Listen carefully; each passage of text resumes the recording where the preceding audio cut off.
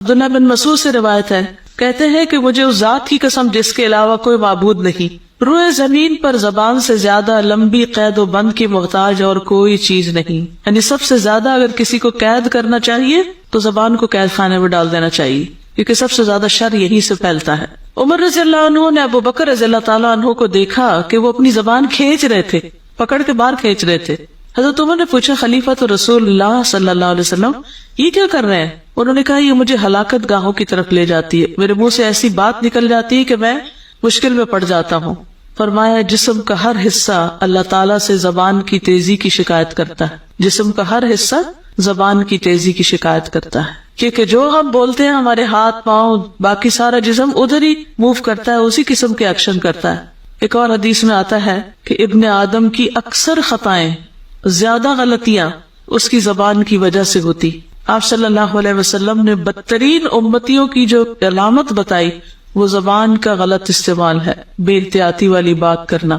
صحیح الترغیب والترہیب کی روایت ہے، رسول اللہ صلی اللہ علیہ وسلم نے فرمایا، عنقریب میری امت میں ایسے لوگ ہوں گے جو طرح طرح کے کھانے اور رنگ برنگے مشروب طلب کریں گے، اور طرح طرح کے کپڑے پہنیں گے، اور گفتگو میں بے احتیاطی کریں گے، بولتے وقت نہیں سوچیں گے، طرح طرح کی سواریوں پر سوار ہوں گے، وہ میری امت کے بدترین لوگ ہوں گے۔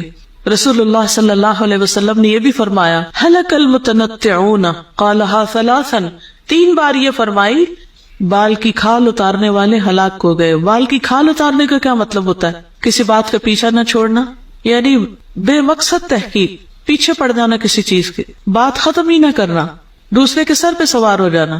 ابن مسعود کہتے ہیں کہ المتنطع وہ ہے جو ایسی بات کی کرید کرتا ہو جس میں کوئی فائدہ نہیں، ایسی بات کی کرید جس میں کوئی فائدہ نہیں۔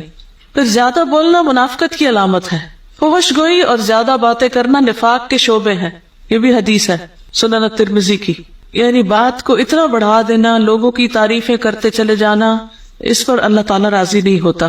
بس مختصر انسان بات کرے، کسی کی اچھی کوالٹی ہے اس کو ذکر کر لے، کسی نے آپ پر احسان کیا اس کا شکریہ ادا کرے، کسی کو خوشی ملی اس کو دعا دے، لیکن مبالغہ آرائی سے پرہیز کرے۔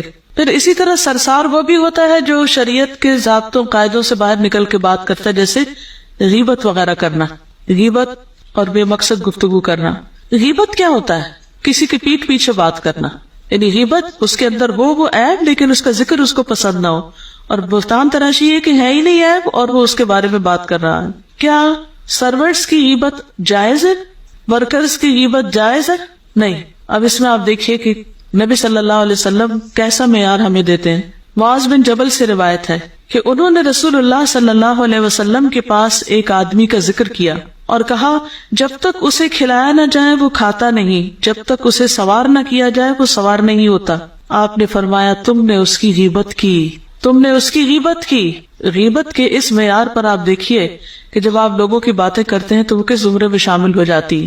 صحابہ نے کہا، اے اللہ کے رسول صلی اللہ علیہ وسلم، جو اس میں ہے ہم نے وہی بیان کیا ہے۔ فرمایا، غیبت کے لیے تمہیں یہی کافی ہے کہ تم اپنے بھائی کی اس بات کا ذکر کرو جو اس میں ہے۔ کیا ہم ایسے تبصرے کرتے ہیں لوگوں کے بارے میں؟ فلاں کو تو پہننا نہیں آتا، اس کو تو پکانا نہیں آتا، اس کو تو یہ نہیں آتا، اس کو وہ نہیں آتا، اور یہ عیب اس میں ہوتے ہیں۔ اور اگر آپ کو کوئی منع کرے تو آپ کیا کہتے ہیں؟ میں کوئی جھوٹ کہہ رہی ہوں، میں تو بالکل سچی بات کر رہی ہوں۔ آپ کسی سے بھی پوچھ لیں، یہ باتیں بھی لغو اور حرام تک میں شامل ہو جاتی۔ اس بات کے کرنے کا فائدہ کیا ہے؟ اللہ ہم سب کو معاف کر دے، اللہ ہم سب کو معاف۔ کوئی تبصرہ یاد کیجیے جو آپ نے کسی کے بارے میں ایسا کیا ہو۔ مثلا آپ کا کوک ہے، کھانا ٹھیک نہیں پکاتا آپ کے، جب تک میں اسے نہ بتاؤں وہ تو پکا ہی نہیں سکتا، اس کا تو حال ہی خراب ہے، کبھی نمک زیادہ کر دیتا، کبھی مرچ زیادہ کر دیتا، کبھی ایسا کرتا، کبھی ویسا۔ ان باتوں کا کوئی فائدہ نہیں، آپ جا کر اس کو بتائیں نمک زیادہ کر دو یا کم کر دو، مرچ زیادہ کر دو یا کم۔ آپس میں کھانے کی میز پر بیٹھ کر تبصرے کرنا، آپ اپنی ساری نیکیاں اس کو دیے چلے جا رہے ہیں۔ بیکار کے تبصرے، فضول کے تبصرے۔ اب یہ دیکھیے، یہ جو حدیث ہے صحیح حدیث ہے، سلسلہ صحیحہ کی، معاذ بن جبل کی جو روایت ہے کہ انہوں نے بس یہی کہا تھا نبی صلی اللہ علیہ وسلم سے، وہ فلاں آدمی، اس کو تو جب تک سوار نہ کرائیں سوار نہیں ہوتا، جب تک کھلائے نہ جب تک کھاتا نہیں، جب تک یعنی ہم کچھ بتائے نا تو وہ تو کچھ بھی نہیں کرتا، یعنی بیکار آدمی، یعنی نکما آدمی ہے۔ دوسرے لفظوں میں لوگوں کے تو کیا، خود اپنے بچوں، اپنے گھر والوں، اپنے ہسبینڈ، اپنے بہن بھائیوں، اپنے سسرال کے بارے میں ایسے تبصرے نہیں کرتے رہتے، میری نند ایسی ہے، میری بھابھی ایسی ہے، حتیٰ کہ ماں باپ کو بھی نہیں چھوڑتے، میری اماں ایسی، اور پھر ہر ایک کے سامنے کیے چلے جاتے۔ ایسی باتوں کو محفلوں کی زینت بنا دیتے۔ جہاں دو لوگ اکٹھے ہوئے نہیں بس تیسرے کا گوشت کھانا شروع کر دیا. یہ باتیں جنت میں داخلے سے رکاوٹ ہیں. اللہ اکبر، اللہ ہمیں معاف کر دے. کعب بن عجرہ سے مروی ہے نبی صلی اللہ علیہ وسلم نے کعب کو گم پایا تو ان کے بارے میں سوال کیا. صحابہ نے کہا وہ بیمار ہیں. آپ پیدل چلے یہاں تک کہ ان کے پاس پہنچ گئے. جب آپ ان کے ہاں داخل ہوئے تو آپ نے فرمایا اے کعب خوش ہو جاؤ. ان کی ماں نے کہا اے کعب تمہیں جنت مبارک ہو. آپ نے فرمایا یہ اللہ پہ قسم چڑھانے والی عورت کون ہے؟ کعب نے کہا اے اللہ کے رسول صلی اللہ علیہ وسلم یہ میری ماں ہے. آپ نے فرمایا اے ام کعب تجھے کیا معلوم شاید کعب نے بے مقصد بات کی ہو یا ایسی چیز سے روکا ہو جو اسے غنی نہ کرتی ہو، یعنی معمولی چیز کسی کو دینے سے انکار کیا ہو. تو اس میں کیا بات ہے؟ تمہیں کیا معلوم شاید کعب نے کوئی بے مقصد بات کی ہو. تم کیسے کہہ سکتی ہو کہ وہ جنت میں ضرور جائے گا؟ ہو سکتا ہے اس نے بے مقصد باتیں کی ہو. تو اس حدیث سے کیا پتہ چلتا ہے کہ یہ سرسرا جو ہے اور بے مقصد باتیں اور لغو باتیں اور فضول باتیں اور باتیں ہی باتیں یہ انسان کے جنت میں جانے کے لیے رکاوٹ ہو سکتی ہے. کیونکہ جنت کیسی جگہ ہے لا تسمع فیہا لاغیہ، جس میں تم کوئی لغو بات نہیں سنو گے، کوئی ایسی بات نہیں سنو گے جو تمہارے کانوں پہ بھاری ہو. ٹھیک ہے نا؟ تو خلاصہ کیا ہے؟ خلاصہ یہ ہے کہ انسان اپنے منہ اور اپنے دل دماغ کے غلط استعمال سے بچے. کیونکہ رسول اللہ صلی اللہ علیہ وسلم سے جب پوچھا گیا کہ عام طور پر کون سی چیز جنت میں داخل کرتی ہے تو آپ نے فرمایا اللہ کا تقوی اور حسن خلق. اور پوچھا گیا کہ لوگوں کو عام طور پر کون سی چیز جہنم میں لے جاتی ہے، آپ نے فرمایا منہ اور شرمگاہ. یعنی انسان کی باتیں ہی انسان کو جہنم تک لے جانے کے لیے کافی. اسی طرح سرسرا میں ایک بات یہ بھی تھی کہ بغیر تحقیق کے باتیں آگے کرنا. تو اس کے بارے میں آتا ہے کہ کسی کے جھوٹا ہونے کے لیے یہی کافی ہے کہ وہ ہر سنی سنائی بات کو آگے بیان کر دے بغیر تحقیق کے. آج کل ایک بہت عام ٹرینڈ ہے، کہیں کسی نے کوئی میسج بھیج دیا، اس کی کوئی تحقیق نہیں کی، ویریفیکیشن نہیں کی، اٹھایا اور آگے فارورڈ کر دیا. جب پوچھا گیا کہ اس کی دلیل کیا ہے، یہ اس کی بنیاد کیا، اس کی اوتھینٹسٹی کیا، تو کہا مجھے کسی نے بھیجا تھا. کیا یہ کافی ہے؟ کوئی بات نیکی سمجھ کر خیر سمجھ کر آگے بھیج دینا، کسی نے مجھے بھیجا تو اس لیے میں آگے بھیج رہا ہوں، مجھے نہیں پتا صحیح ہے کہ نہیں. تو اس طریقے سے پرہیز کرنا چاہیے.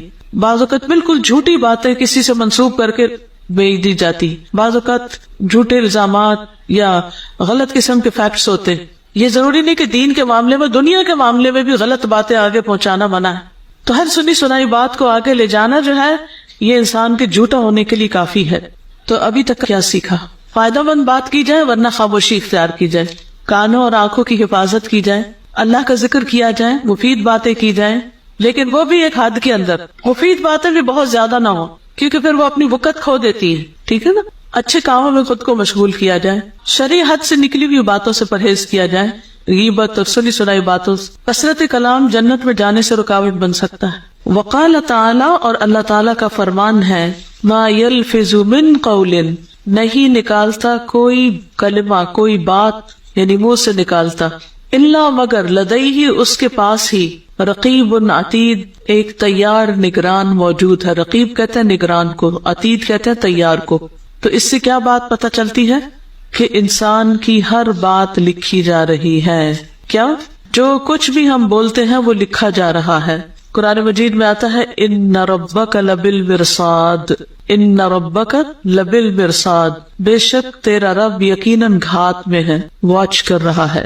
رسول اللہ صلی اللہ علیہ وسلم نے فرمایا جب تک تم خاموش رہو گے سلامت رہو گے. ہر چیز اپنے کنٹرول میں ہے، اندر بند ہے. پھر جب تم نے بولا تو یا تمہارے حق میں لکھا جائے گا یا تمہارے خلاف. اللہ اکبر.